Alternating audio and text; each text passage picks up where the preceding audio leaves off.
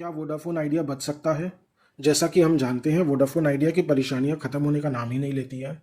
Company loss के गड्ढे में डूबती ही चली जा रही है।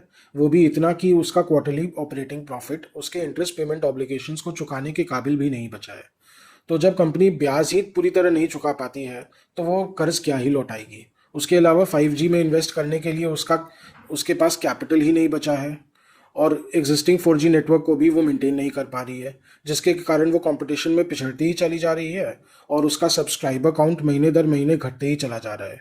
सो ऐसे में बैंक्स ने भी कंपनी को और कर्ज देने से साफ मना कर दिया है, क्योंकि कंपनी का फ्यूचर उन्हें भी दिखता ही नहीं है। ऐसे में क्या वोडाफोन आइडिया को ढंग से रिवाइव करने का कोई उपाय बचा है? अगर है तो वो सिर्फ गवर्नमेंट आंटी के पास ही बचा है, और शायद वो एकमात्र रास्ता केवल और केवल प्रेफरेंस शेयर्स इशुएंस के द्वारा ही होके जाता है।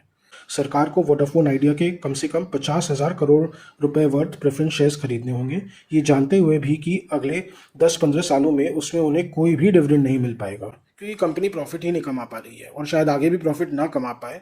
सो उन्हें ये जानते हुए भी इन्वेस्ट करना पड़ेगा।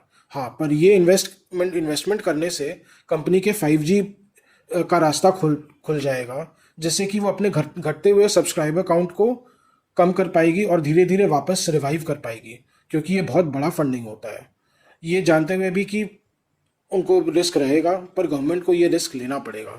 प्रोमोटर्स जितना और कर सकते थे वो कर चुके हैं, और अब सरकार के हाथ में ही गेंद बचा है। गेंद जो है वो सरकार के ही हाथों में है।